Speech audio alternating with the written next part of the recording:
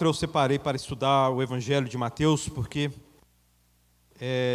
todos nós, meus amados, devemos dominar bem os Evangelhos, né?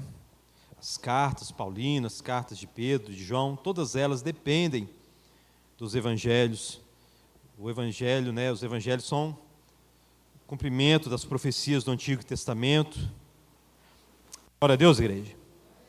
A nova aliança é estabelecida através da pessoa de Jesus Cristo, que é revelada através dos evangelhos, das testemunhas oculares daquilo que Jesus fez. Mateus, João, Lucas, que era discípulo de Paulo, e Marcos, que foi discípulo de Paulo e Pedro. E ali, com a autoridade apostólica, eles registraram a vida de Jesus, o ministério de Jesus aqui na terra, as palavras de Jesus, das quais dependem todas as cartas, a nova aliança, na qual nós andamos. Amém?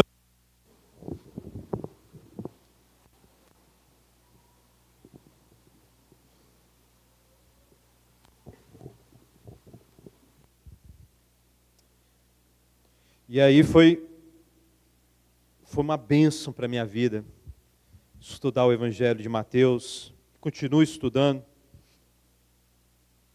Muita coisa foi desconstruída, a teologia popular, aquilo que é muito repetido e a gente repete sem verificar, graças a Deus que é nada de essencial no que diz respeito à salvação, mas muitas ideias erradas que têm implicações lá na frente que a gente não vai dar conta de responder, por causa de falta de estudo da palavra de Deus.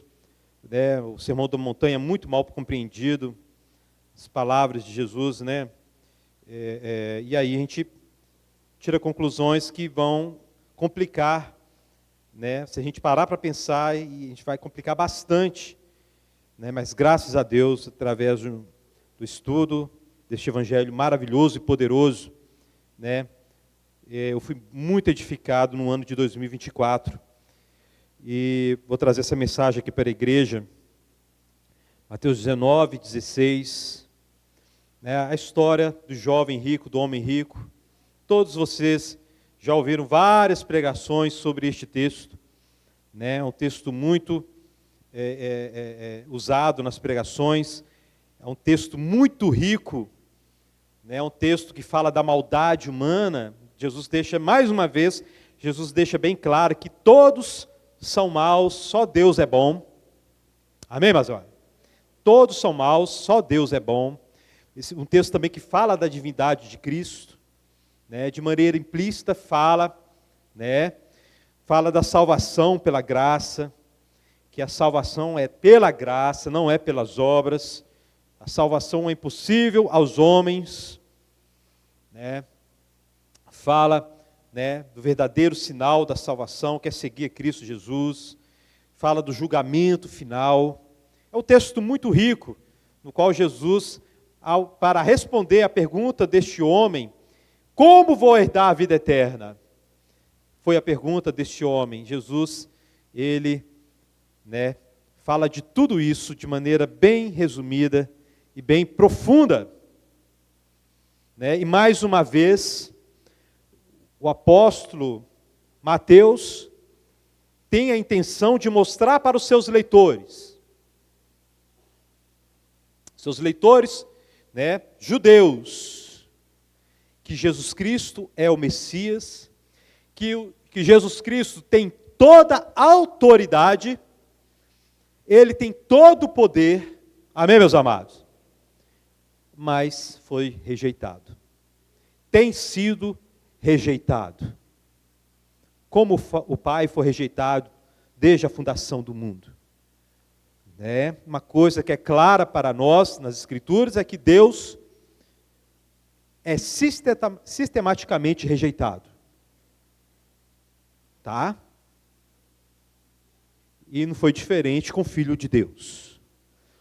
Então aqui temos mais uma demonstração do poder, da autoridade e da rejeição do Filho de Deus. E aqueles que receberam Cristo né, que têm Cristo nas suas vidas, né, podem ver com clareza a autoridade e o poder de Cristo Jesus, né, no Evangelho de Mateus. Amém, meus amados? Mas nem todos veem, principalmente os judeus. A palavra de Deus não falhou, porque muitos judeus creram. Mas, como nação, o povo de Israel rejeitou o Messias e as nações têm rejeitado o Messias. E, aliás, o Messias tem sido rejeitado até mesmo por aqueles que se dizem cristãos, quando são somente cristãos nominais, né? São cristãos, ou são cristãos nominais, ou seja, não dão importância, levam uma vida relaxada, ou são cristãos fervorosos na religiosidade, que também não está certo. Religioso, todo ser humano é. Tá? E a religião mais antiga, depois medita nisso que eu estou falando. Né? Medita nessa frase minha. A religião mais antiga é: eu estou certo e você está errado. Né? Uma frase meio enigmática como que eu falo, medita nela para você ver. Tá? Desde a antiguidade, né, por mais que existem várias religiões, mas que a força primordial que move o ser humano, né, no que diz respeito à religião, é: eu estou certo e você está errado.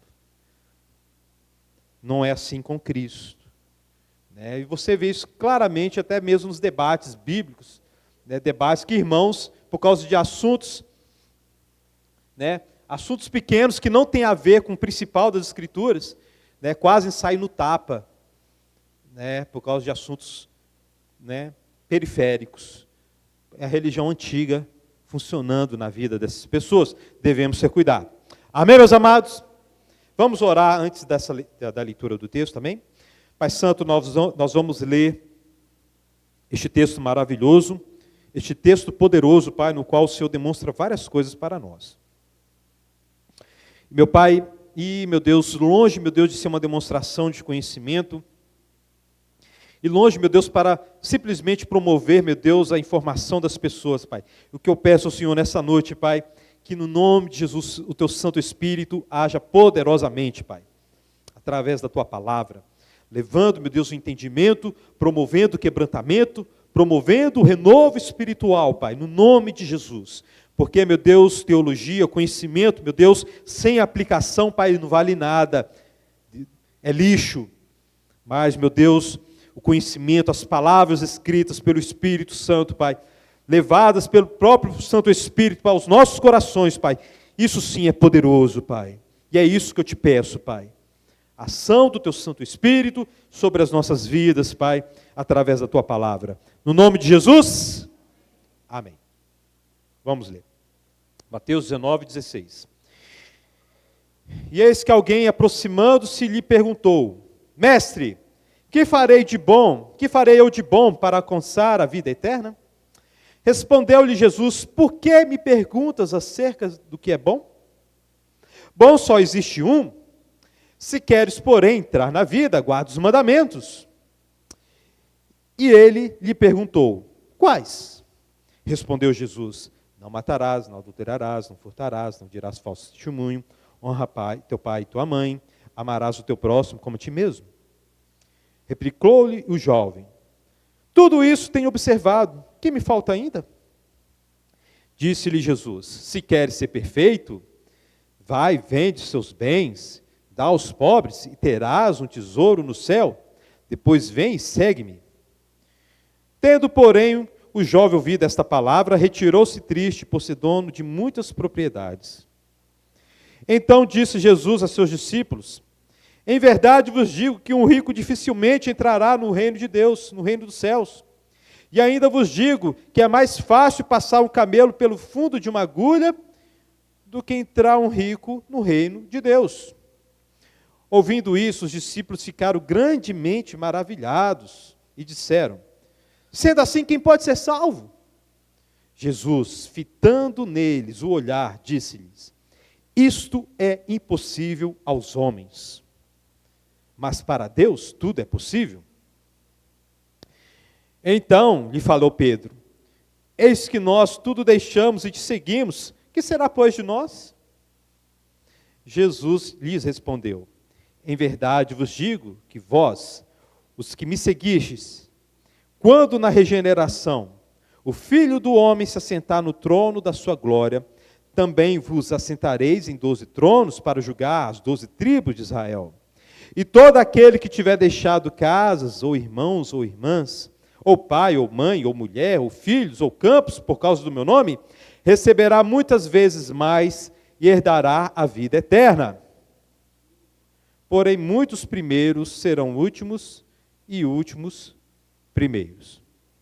Glória a Deus, igreja. Meus amados, temos aqui uma dúvida sincera. Temos uma dúvida sincera desse jovem, se ele tivesse de palhaçado, o Senhor Jesus o repreenderia, porque muitos chegavam para Jesus para testá-lo. E este episódio está registrado em Lucas e Marcos, e tem muitas informações adicionais nos outros dois evangelhos, de Lucas e Marcos. O texto nos outros evangelhos fala que Jesus amou este homem. Temos aqui uma dúvida sincera, mas ele aborda de Jesus, e Jesus volta para ele outra pergunta, querendo saber dele por que ele está perguntando isso para Jesus. Nos outros evangelhos você vai encontrar a frase que é a seguinte: bom mestre, o que farei para herdar a vida eterna? No evangelho de Mateus você encontra: mestre, o que farei de bom? Mas o sentido é o mesmo, porque a resposta de Jesus é a mesma. Por que me perguntas acerca do que é bom? Porque logo, esse jovem, esse homem está tendo em Jesus uma referência de bondade. Uma referência de bondade, mas Jesus fala o seguinte: bom, somente Deus é bom. Então, em outras palavras, de maneira indireta, Jesus está falando o seguinte: olha, eu sou Deus? Você me considera Deus? Porque só existe um bom Deus. Jesus não está negando a sua divindade, Jesus está arrancando deste homem o que ele pensa diante das palavras fortes que ele está dizendo para o mestre. Considerando o mestre uma referência de bondade, alguém apto para guiá-lo para a vida eterna. Alguém apto para ser referência na vida dele para a vida eterna. Este jovem, este homem quer saber o seguinte: como obter a vida eterna? Apesar de todos estes assuntos que tem neste texto aqui, vários assuntos que eu já falei para você hoje, a intenção dessa pregação é mostrar as duas recompensas que este texto nos mostra para o discípulo de Jesus. Nós temos aqui, neste texto, duas recompensas. Vamos chegar lá, mas eu vou começar mostrando todo o contexto para vocês até chegar no final do versículo 27, onde Jesus mostra essas recompensas. Glória a Deus, igreja. Então preste bem atenção na exposição. E aí, Jesus fala: bom, só tem um que é Deus. Por que me chamas bom? Por que me perguntas acerca daquilo que é bom? Por que você tem em mim esta referência de bondade? Alguém apto para te levar para a vida eterna. E aí Jesus, de maneira gradual,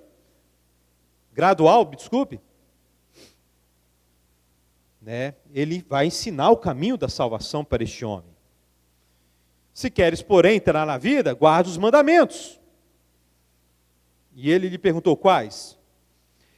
Aí Jesus responde todos os mandamentos que se relacionam com o próximo. Muitos pregadores vão usar esse texto, se não me engano, até mesmo eu já usei esse texto para falar de idolatria. Por causa disso, porque Jesus ele fala para este homem, guarda os mandamentos que têm relação com o próximo. Mas os mandamentos que têm relação com Deus, Jesus não cita aí. Né? Eu não vou abordar dessa forma. Tá? Apesar de que não tiro a razão de quem aborda dessa forma, que Jesus está querendo tirar a idolatria do coração desse jovem. Tá? Mas o que temos aqui, meus amados, é um teste de fé. Guarde os mandamentos. Guardo eles, esses que o Senhor citou, desde a minha mocidade. Uma coisa te falta. Vá, vende, nos outros evangelhos está tudo. Tá?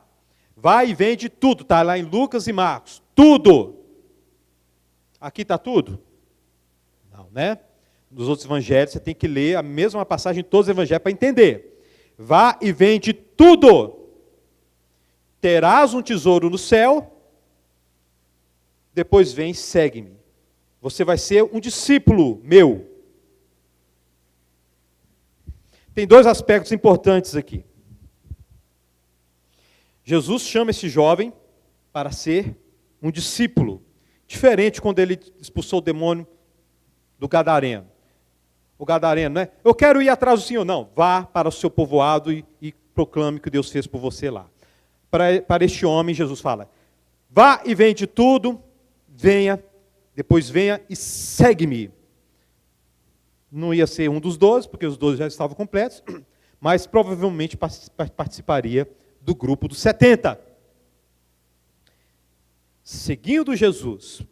Porque a vida eterna, meus amados, apesar de Jesus falar dos mandamentos, a vida eterna, né, não é de acordo com o nosso desempenho na obediência. A vida eterna tem a ver com seguir a Jesus e crer em Jesus, né? E Jesus, né, ele foi ensinando os apóstolos de maneira gradual, né, que a salvação é impossível para o homem, a salvação, né? Apesar de na época muitos colocarem a sua segurança no seu desempenho espiritual, Jesus desfaz isso aí, apesar de não ignorar que o desempenho espiritual, a obediência, a santificação faz parte. Amém, meus amados? Então Jesus chama este jovem para ser um discípulo, mas Jesus faz um teste de fé com este homem. Tá? Estamos falando, né, de um judeu que chega para o mestre com uma dúvida sincera: como obter a vida eterna? Porque a vida eterna foi profetizada nos profetas. Quando o reino chegar, o reino vai promover a vida eterna. Então, por isso que Jesus pergunta para este jovem: por que me chamas bom? Por que você está falando essas coisas? O que você está entendendo da minha pessoa? Eu sou o Messias? Né? Então, por isso que Jesus faz essa pergunta. Porque quando o reino chegar, foi profetizado no Antigo Testamento, quando o reino chegar, as pessoas não vão mais morrer. Vida eterna. Glória a Deus, igreja. E desde o início da humanidade, Deus promove teste de fé. Você sabia disso? Hã? Você sabia disso? O autor de Hebreus fala, né, que Caim não fez o sacrifício adequado, mas Abel fez o sacrifício excelente. Vou fazer um sacrifício excelente para que Deus esteja comigo.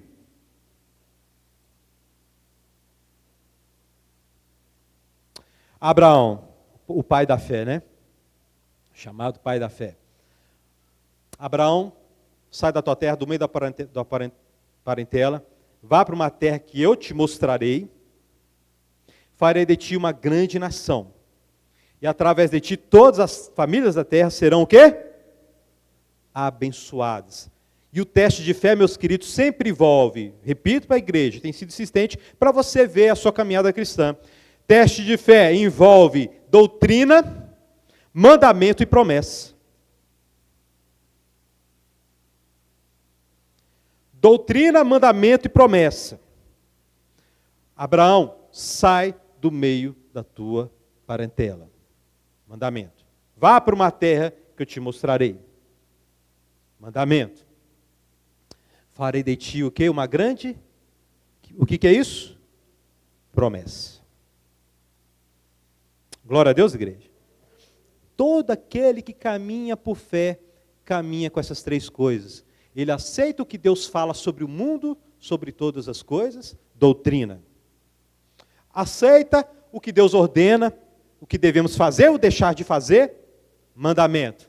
E Deus sempre dá uma promessa de recompensa. Glória a Deus, igreja. Amém, meus amados? Deus trabalha com essas três coisas. E Abraão foi testado, e Deus abençoou grandemente Abraão, e Deus também deu um filho para Abraão, e depois veio o teste esmagador, que foi o teste dele entregar o seu filho em holocausto. Foi o teste esmagador. E o autor de Hebreus fala que ele se apegou à promessa.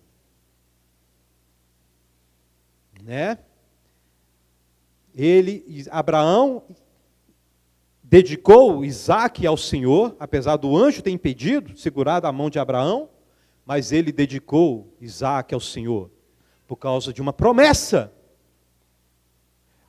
Isaque vai ter filhos. Isaque vai ser o pai da sua nação, Abraão. Aí Abraão juntou as coisas, Deus ressuscita os mortos. Aliás, como você sabe como é que Abraão chamava Deus? El Shaddai. O que significa El Shaddai? Deus todo poderoso. Então Abraão, Deus era tão todo poderoso que daria a vida novamente para Isaque, para ele ser o pai da nação que ele prometeu a Abraão. Glória a Deus, igreja. E temos a mesma coisa aqui neste texto. É assim, meus amados, com todos os heróis da Bíblia. Foi assim com Davi, foi assim com Josué. Vai lá e vê. Deus faz um pacto pessoal com eles. Existem pactos gerais, pactos pessoais que Deus faz. Onde Deus dá doutrina, mandamento e promessa. Glória a Deus, igreja. Deus fala aí, olha Josué, fala do livro, fala do Pentateuco, fala de Deuteronômio, Êxodo, Levítico, fala, medita nele. Eu serei contigo. Ninguém vai te resistir. Tem mandamento e promessa aí. Amém, meus amados? Glória a Deus, igreja. Com Davi a mesma coisa. Deus unge Davi e fala, olha, Samuel unge Davi e fala, olha, você vai ser o rei. O Espírito vai ser com você. E aí a Bíblia fala que o Espírito tomou Davi de tal forma, meu querido, que ele se encheu de coragem e não acovardava diante de ninguém. Porque Deus prometeu, você vai ser o meu rei. Glória a Deus, igreja. E assim vai, Deus trabalha de forma individual, de forma geral com a nação, e tem vários pactos individuais.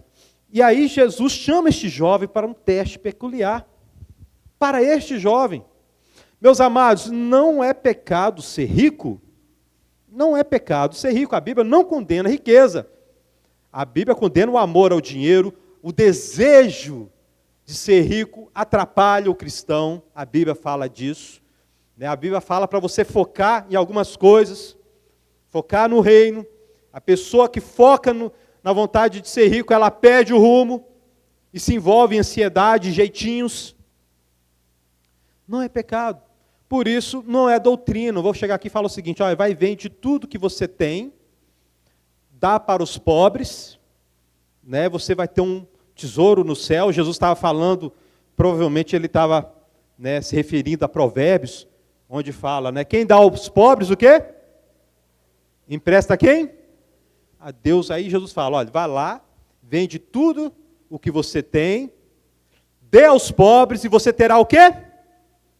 Um tesouro no céu. Ou seja, quem dá aos pobres o quê? Empresta a Deus. Amém, meus amados? Depois venha e me segue. Uma coisa te falta. Você ainda não está no caminho correto. talvez ele estivesse no legalismo, a salvação, meu querido, não vem do desempenho, no que diz respeito à obediência aos mandamentos. Mas os mandamentos, a obediência, é o sinal de salvação. Glória a Deus, igreja. Então Jesus, de maneira gradual aqui, ele vai ensinar tanto para esse jovem, né, e para os seus discípulos, o caminho da salvação. Glória a Deus, igreja. Tudo isso tem observado. Uma coisa te falta para você ser maduro, perfeito aí, né, tem mais sentido de ser completo. Tá bom? Amém, meus amados? Não é perfeição. Mas pode ser perfeição no que diz respeito a pegar todos os itens que diz respeito à salvação. Que são sinais da salvação também, né? Como obediência. Vá, faça isso, vende aos pobres, vende tudo que tem, dê aos pobres, terás o tesouro no céu, depois vem e segue-me. Porque a vida eterna está comigo, é isso que Jesus está dizendo. A vida eterna está comigo, em me seguir. Jesus Cristo uma vez disse, eu sou o caminho, a verdade, o quê? E a vida. Ninguém vai ao Pai, ninguém é aceito pelo Pai, sem passar pelo Filho. Glória a Deus, igreja. E é isso que Jesus está falando aqui, para este jovem. Tendo ouvido esta palavra, retirou-se triste por ser dono de muitas propriedades. Quem quer a vida eterna? Quanto que vale a vida eterna para você? Pergunte para o seu irmão, quanto que vale a vida eterna para você?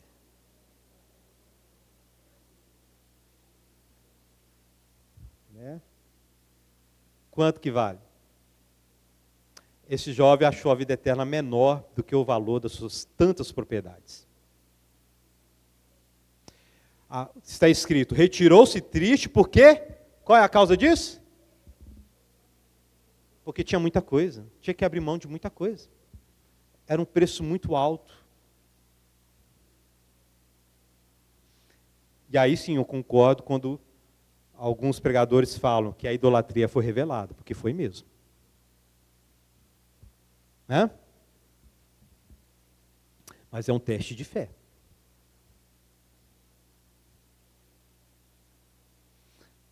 A promessa, a vida eterna. O mandamento, segue-me. A doutrina, a salvação está comigo. É isso que está no texto. A salvação está com Cristo. Glória a Deus, igreja. Meus amados, você já entregou todo o seu coração? Você já entregou toda a sua vida?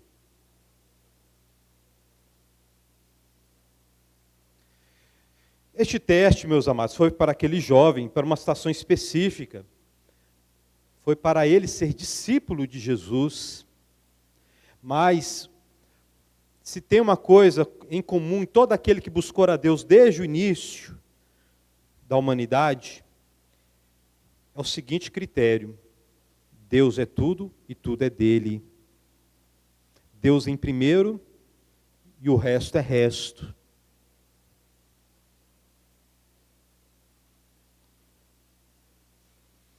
É isso que une os verdadeiros cristãos. Deus é tudo, tudo é dele. Glória a Deus, igreja. E aí nós devemos avaliar os nossos corações. Como que está isso aí nas nossas vidas? Porque as nossas obras revelam os nossos corações.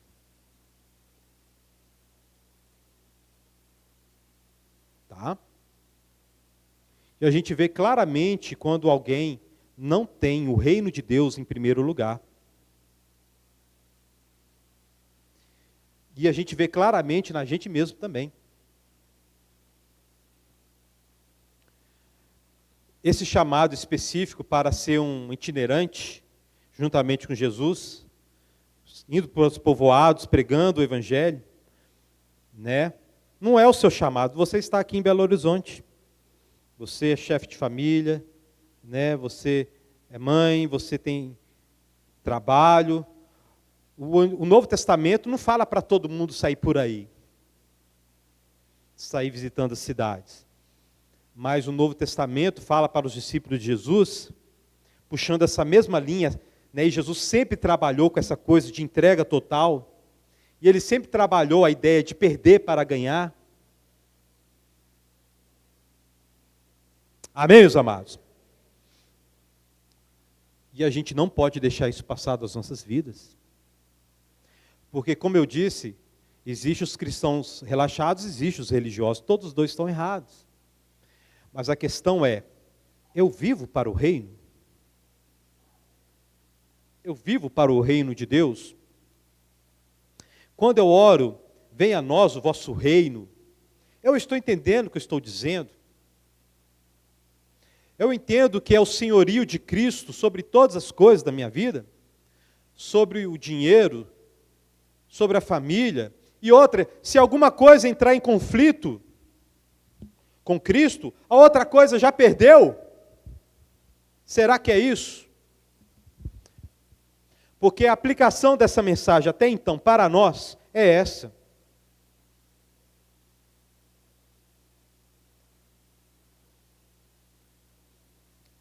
Não é o mesmo chamado, não é o mesmo teste que esse jovem recebeu, mas é a mesma essência do teste, está lá, está nas nossas vidas. Glória a Deus, igreja. Não mudou, porque se tem alguma coisa na frente de Deus, por exemplo, meus amados, por que você trabalha?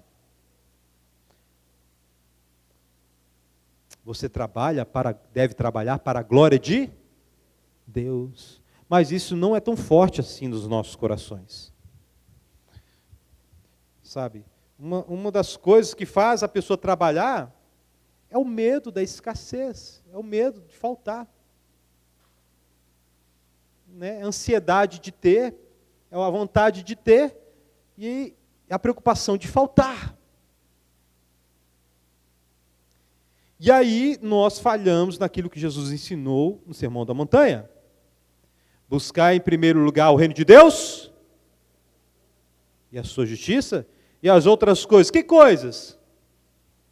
Posses materiais, as necessidades diárias serão o quê? Acrescentadas. Na nova aliança, então, os termos da nova aliança são diferentes da antiga, em alguns aspectos, sabia? Olha os termos da nova aliança. Né? Buscar em primeiro lugar o reino de Deus e a sua justiça. Amém, meus amados? Mandamento. E as outras coisas serão o quê? O que é isso? Promessa. Então devemos caminhar por fé. Glória a Deus, igreja. Vou buscar o reino de Deus. Mas, meus amados, na vida de muitos, família, trabalho, essas coisas estão em primeiro lugar. E aí falhamos na fé. Falhamos no entendimento. Então, o teste foi exclusivo para este jovem. Vai lá e larga tudo. Deus não te manda largar tudo, meu querido. De maneira radical, como este jovem, né, foi pedido para este jovem, e como os discípulos fizeram. Os discípulos fizeram isso literalmente. Pedro, Mateus, Tiago, João, todos eles literalmente largaram tudo para viver uma vida de pregador itinerante, para seguir o mestre.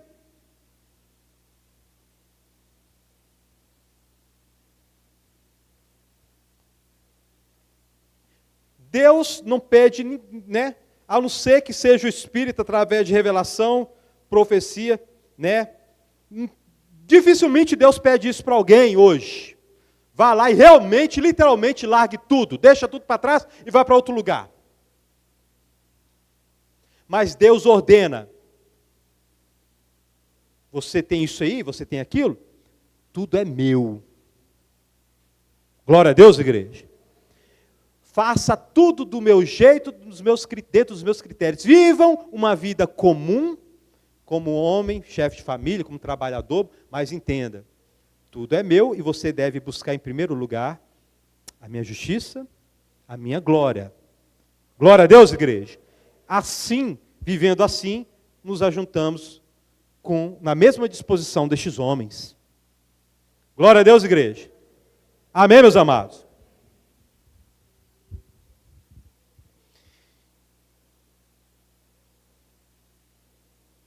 Então, este jovem ignorou o mandamento e a promessa.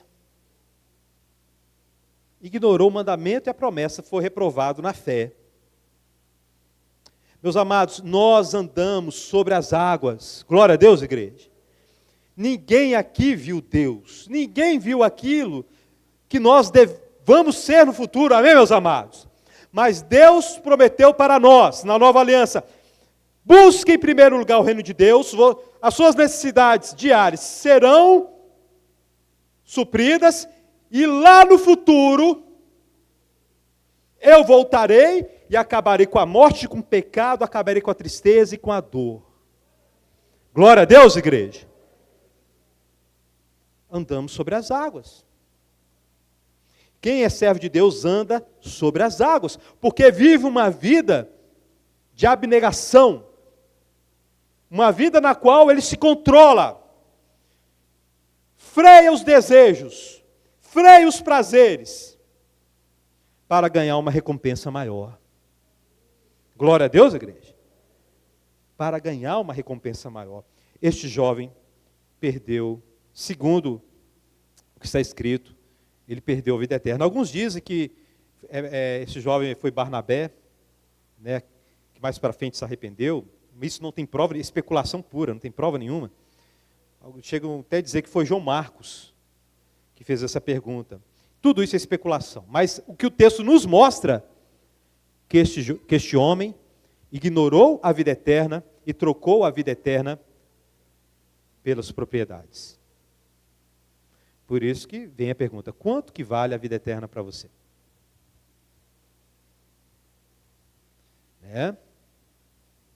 Para ele não valia mais que as propriedades. Porque a fé dele não estava firme.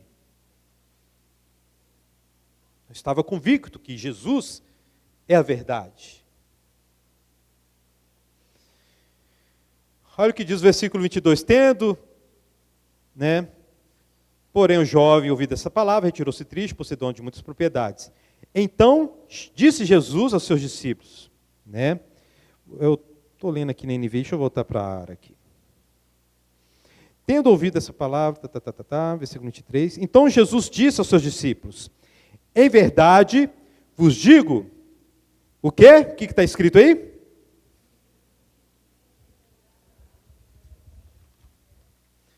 Aí Jesus começa um processo de construção de uma teologia popular, na época de Jesus. Tá?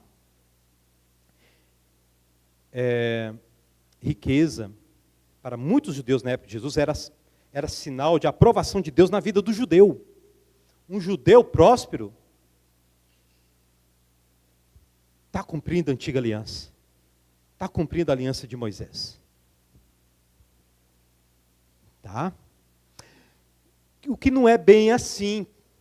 Realmente, meus amados, olha, o caminho de Deus é um caminho maravilhoso, amém, meus amados? O Senhor fala para você ser excelente, ser aplicado, e tem um livro de provérbios que é cheio de sabedoria, e quem pratica aquelas coisas vai ser próspero mesmo, apesar de estarmos num mundo mau. Em situações normais, prosperidade é o resultado de quem obedece a palavra de Deus. Amém, meus amados?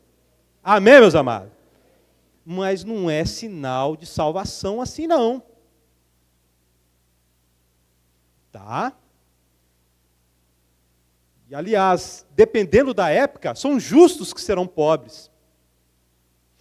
Se a repressão, se a perseguição aos justos for tão grande, a ponto dos justos não poderem prosperar, vender, comprar, porque, olha, é crente, sei lá o que, a situação fica difícil. Como acontece hoje, em muitos lugares do mundo. E como Israel estava uma bagunça na época de Jesus, sabe? Meio complicado afirmar isso aí, porque a nação estava uma bagunça, né? E os profetas eram mortos pelos judeus. Tá? Então o caminho da injustiça prosperava. Então, aquela teologia popular, para aquele momento ali, não servia muito não.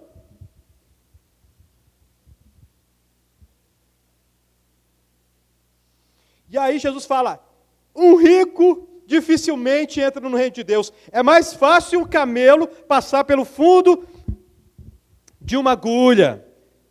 Se você já ouviu falar que agulha é uma porta lá do muro lá de Jerusalém, não tem base nenhuma isso. Isso surgiu no século XVII, alguém tirou isso na cabeça, escreveu, e um tanto de pastor sai falando disso aí, sem pesquisar. Não tem base nenhuma disso. Que a agulha é uma porta apertadinha, que tinha que, né? O que o texto está querendo falar para você, meu querido, que a salvação é impossível. Então a agulha aqui é agulha mesmo, a agulha de costurar existia na época de Jesus. Tá? Agora, né, a porta chamava agulha, isso aí, surgiu no comentário bíblico, não tem prova nenhuma. Tá? O que o texto quer falar para você, meu querido? O que Jesus quis falar para os discípulos? A salvação é algo impossível para os homens. E aí Jesus pega como referência aquele que era considerado como salvo pelo judeu da época. Pega aquele, olha, esse é salvo, e Jesus fala, é muito difícil. É mais fácil um camelo passar numa agulha. Quem já fez linguiça aqui? Quem já fez linguiça? É fácil fazer linguiça, não é? Né? Lá no terreiro de casa, né, meu avô tinha um chiqueiro lá, né, eu participei de várias limpezas de intestino de porco, né? É por isso que eu não como carne de porco, né? Eu lembro daquele cheiro do porco tostado na folha de bananeira, né? Eu chego assim perto da carne de porco, eu sinto o cheiro, você acredita? Eu consigo sentir o cheiro do... Né? Eu prefiro, né, eu não preciso fazer cura interior, não, eu prefiro comer o ovo. Tá bom? É uns traumas que a gente carrega, né? Não quer cura para isso, não. Né? O ovo para mim tá bom. Mas aí ele botava eu para limpar as tripas do porco, aí eu pegava a mangueira da água da rua, e a água da rua vem com pressão, você sabe, né? Bem forte. Aí eu pegava a tripa assim, colocava na mangueira assim, ó, e segurava. Apertava assim a tripa na mangueira e ligava a água da rua. Você sabe o que a água empurrava, né? Para fora, né? É fácil fazer linguiça. É possível fazer linguiça. Né? Agora, pega um camelo, mata ele, moe ele, vai passando pedacinho em pedacinho no buraco de uma agulha. Né? Para a tecnologia da época era impossível. Tá? Impossível. Tá bom? É isso que Jesus quer falar. A salvação é impossível para os homens. Vamos prosseguir aqui no texto.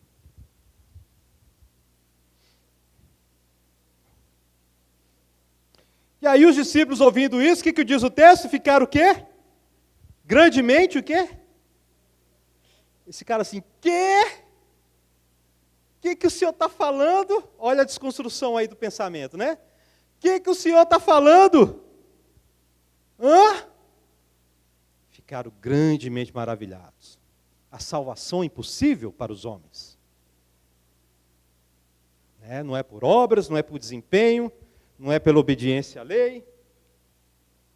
Né? Apesar de que na própria lei estava escrito lá que é Deus que perdoa os pecados através dos cerimoniais lá de sacrifícios, né? Mostrando que o inocente paga pelo culpado. Mas isso passava em branco, né? Na vida do judeu, e muitos acreditavam na salvação pelas obras, pelos próprios méritos. Né?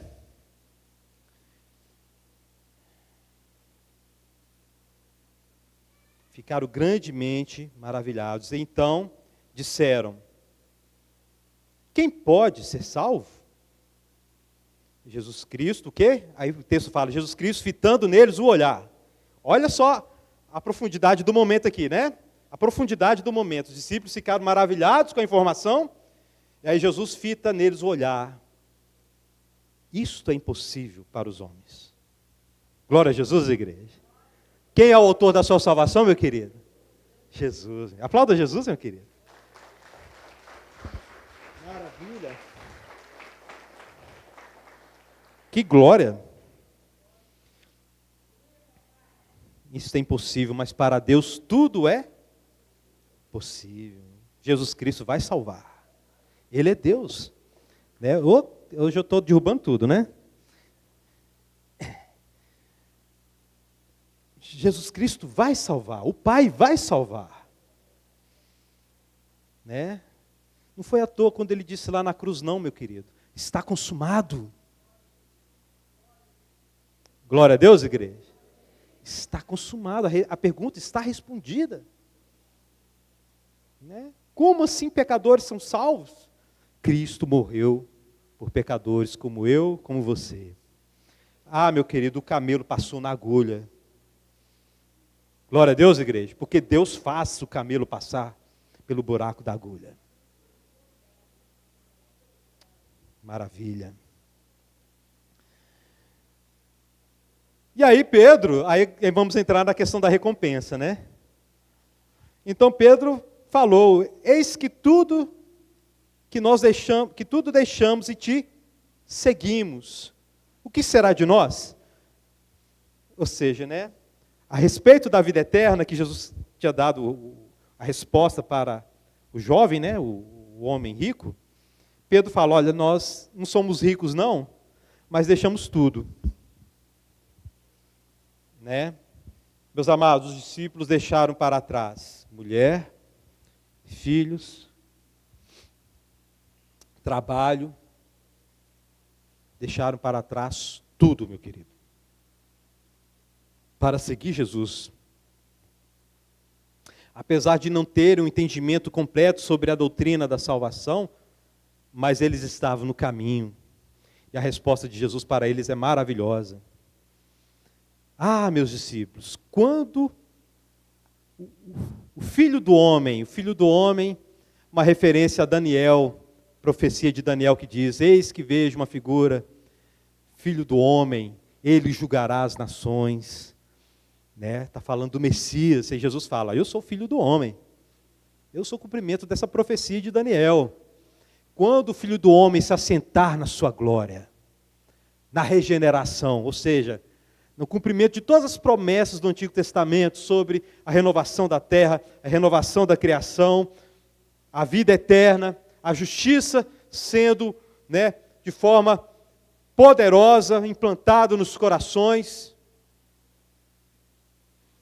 Vocês, meus discípulos, vocês vão sentar juntamente comigo em 12 tronos para julgar a nação de Israel, para administrar a nação de Israel. Maravilha? Temos aí para os discípulos a primeira recompensa.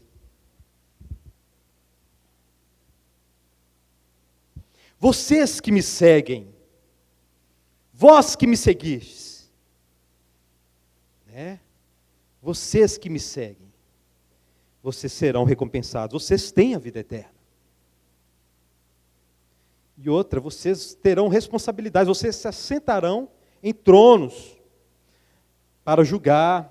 E Paulo diz isso sobre a igreja, em 1 Coríntios, capítulo 6, que a igreja vai julgar. Quando todas as coisas forem regeneradas, a igreja vai participar da administração do reino. Glória a Deus, povo de Deus. Esta é a primeira recompensa.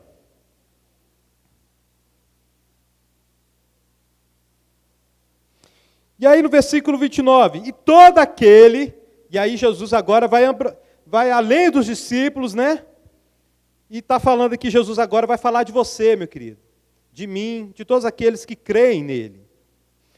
Todo aquele que tiver deixado casas, ou irmãos, ou irmãs, ou pai, ou mãe, ou filhos, ou campos, por causa do meu nome, ou seja, por causa do reino, né? Nos outros evangelhos você vai encontrar isso, receberá o quê? Muitas vezes mais, herdará o quê? A vida eterna. E aí, meus amados, é por isso que é necessário ler a mesma passagem nos outros evangelhos para você entender. Tá?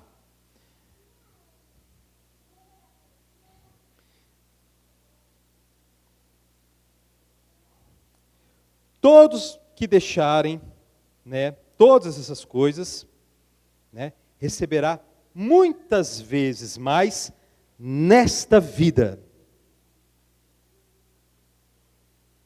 Está nos outros evangelhos. Receberá nesta vida muitas vezes mais, juntamente com tribulação e perseguição, e receberá a vida eterna.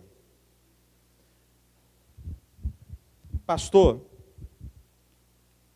Evangelho da Prosperidade isso aqui? Não, não é.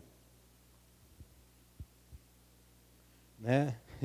O negócio de Evangelho de Prosperidade só funciona com pastor, meu querido. Só o pastor que prega isso aí que recebe 100 vezes mais. Tá? O restante, né? Não, meu querido. Não é Evangelho da Prosperidade. Isso não aconteceu com os discípulos. Então, peraí, Jesus mentiu então? Jesus mentiu? Nada disso. Né? Olhe para o lado aí. O que você está vendo aí? A igreja do Deus vivo, amém, meus amados? Se somos uma igreja séria, se alguém aqui for jogado para fora de casa, quantas casas ele tem? Quantas casas os membros tiverem? Glória a Deus, igreja. Entendeu agora? Amém, meus amados? Se alguém aqui, se a igreja toda tem café da manhã, almoço e janta, e alguém só tem café da manhã e almoço, uma igreja séria, o que uma igreja séria vai fazer? Vamos ter tudo em comum. Como está escrito lá em Atos 2. Glória a Deus, igreja.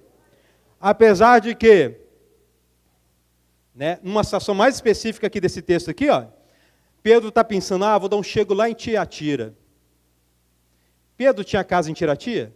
Tinha casa em Tiatira? Dele? Não, mas tinha casa em Tiatira. Porque tinha igreja de Deus lá. Glória a Deus, igreja. Aí, de repente, chegou o pai de Pedro e falou, Pedro, olha, você está seguindo Jesus e agora você não é mais meu filho. Pedro perdeu, né, uma pessoa de mais idade, que seria, né, como um pai para ele na vida dele? Não, porque ele tinha a igreja. Né? Os apóstolos tinham casa em Laodiceia, em Filadélfia, em Éfeso, na Tessalônica, em Roma. E uma igreja séria, uma comunidade séria, que invoca o evangelho do reino, tem tudo em comum. Não estou pregando socialismo aqui não, tá? Estou falando do poder do evangelho. Não estou falando de assistencialismo aqui, não. Eu estou falando que quando o irmão, né, por causa do reino, né, ele perder tudo, ou por circunstâncias da vida, né, Deus garante a bênção na vida do irmão. Glória a Deus, igreja. Mas aí o texto deixa a coisa bem clara para nós. Esta pessoa deixa tudo por causa do reino. E aí eu quero cutucar aqui, meus amados. Né? Cutucar aqui. Você tem colocado em primeiro lugar as coisas do reino de Deus? Vou dar um exemplo aqui, é um exemplo bobo, tá? Sabemos que uma vida em igreja faz parte, uma vida em comunidade faz parte dos itens do que diz respeito a viver segundo o reino de Deus. Amém, meus amados? Meus amados, eu que faço, né, que estou presente em várias coisas, né? Eu vejo a diferença na vida daquele que se dedica ao reino e daquele que é o último a chegar no culto, e só vem no culto de domingo, é o último a chegar e o primeiro a sair.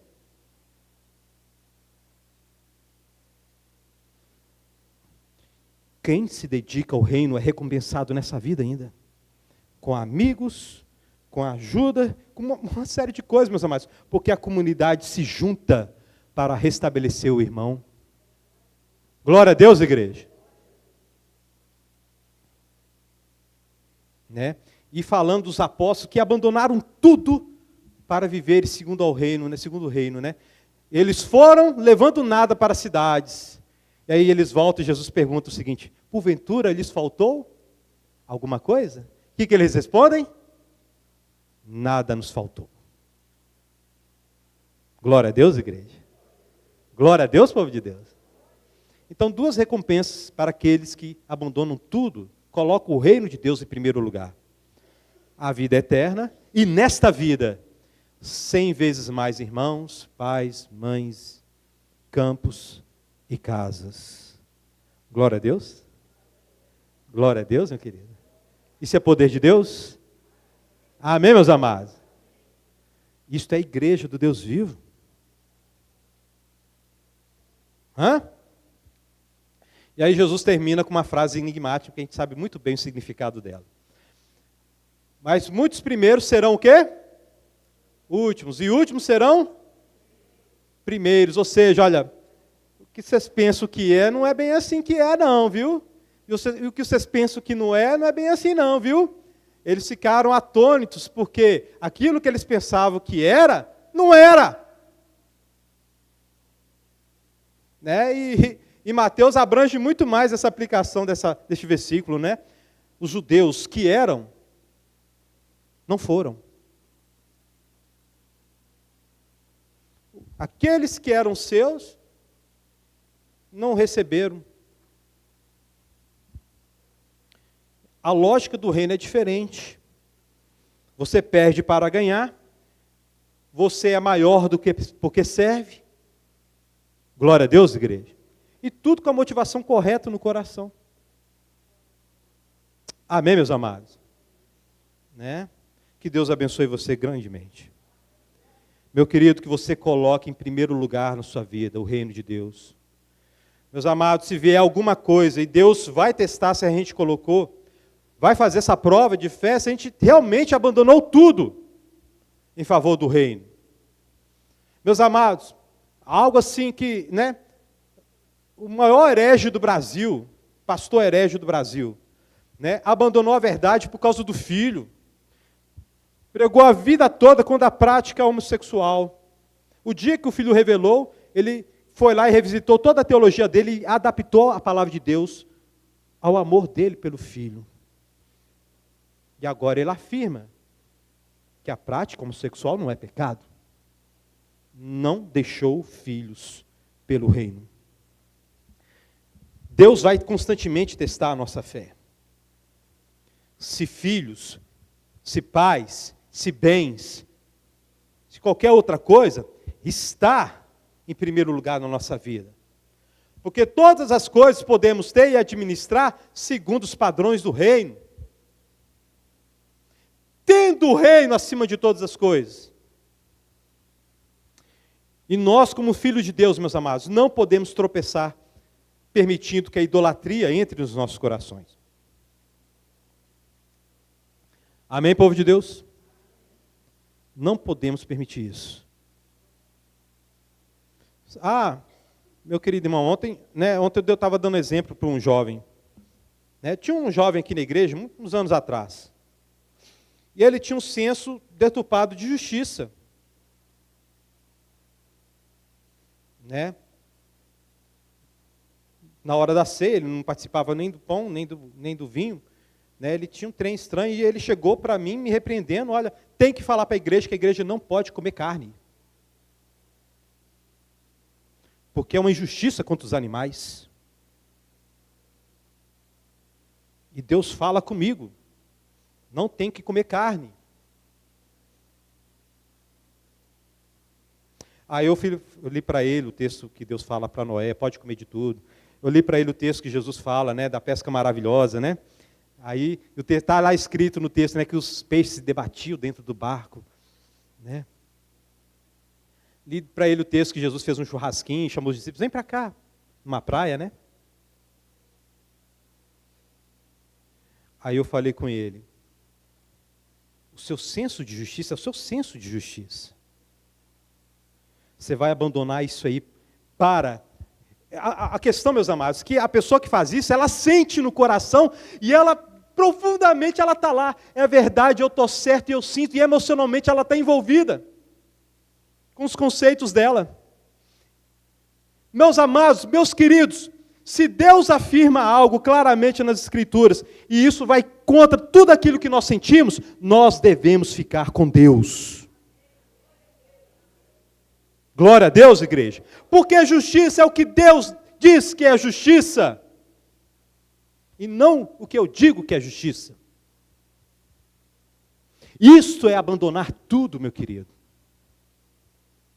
Isso é você se declarar, olha, a verdade não está em mim, eu dependo de Deus.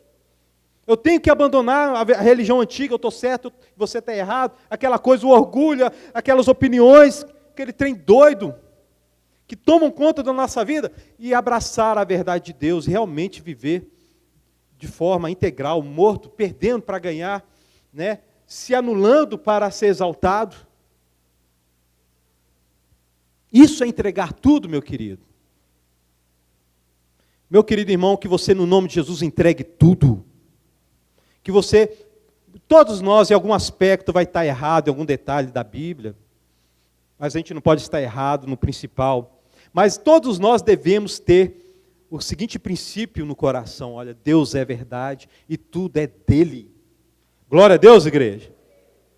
Deus é verdade. Existem várias coisas que eu tenho opinião formada, mas se chegar lá no céu, Deus falar, olha, é diferente. Eu sou calvinista, chegar lá no céu, olha, Arminio estava certo, ok, tudo bem. Mas eu preguei o essencial, que a salvação é só pelo poder do Espírito Santo e só através de Cristo Jesus. Glória a Deus, igreja. Eu tenho que abandonar tudo. Eu gosto muito de música, sabia disso? Eu sou músico, né? E claramente, sabe que a maioria dos hinos do cantor cristão, tudo é música com letra secular que foi colocada, letra evangélica. Né? Isso, né? As melhores músicas estão por aí. E eu gosto muito de melodia, harmonia, né? Sequência harmônica, ritmo. E aí, é assim que eu avalio uma música. Quando eu vejo que tem uma letra podre, nem ouço. Mais uma vez, alguém chegou para mim e falou o seguinte, olha, pastor, fulano de tal está escutando tal cantora promíscua, porque diz que você escuta essa música aqui. Eu falei para ele, já perdi tudo, vou deixar de ouvir, porque ninguém vai pecar por minha causa, não. Tudo é dele. Vocês entenderam? Tudo é dele, meu querido. Paulo disse, né, para o bem comum, né, é melhor até mesmo não comer de forma que vai atrapalhar o irmão novo convertido. Isto, meus amados, é colocar o reino em primeiro lugar. Isso é perder tudo. Glória a Deus, igreja. Que Deus abençoe vocês no nome de Jesus. Que Deus fortaleça. Fique de pé.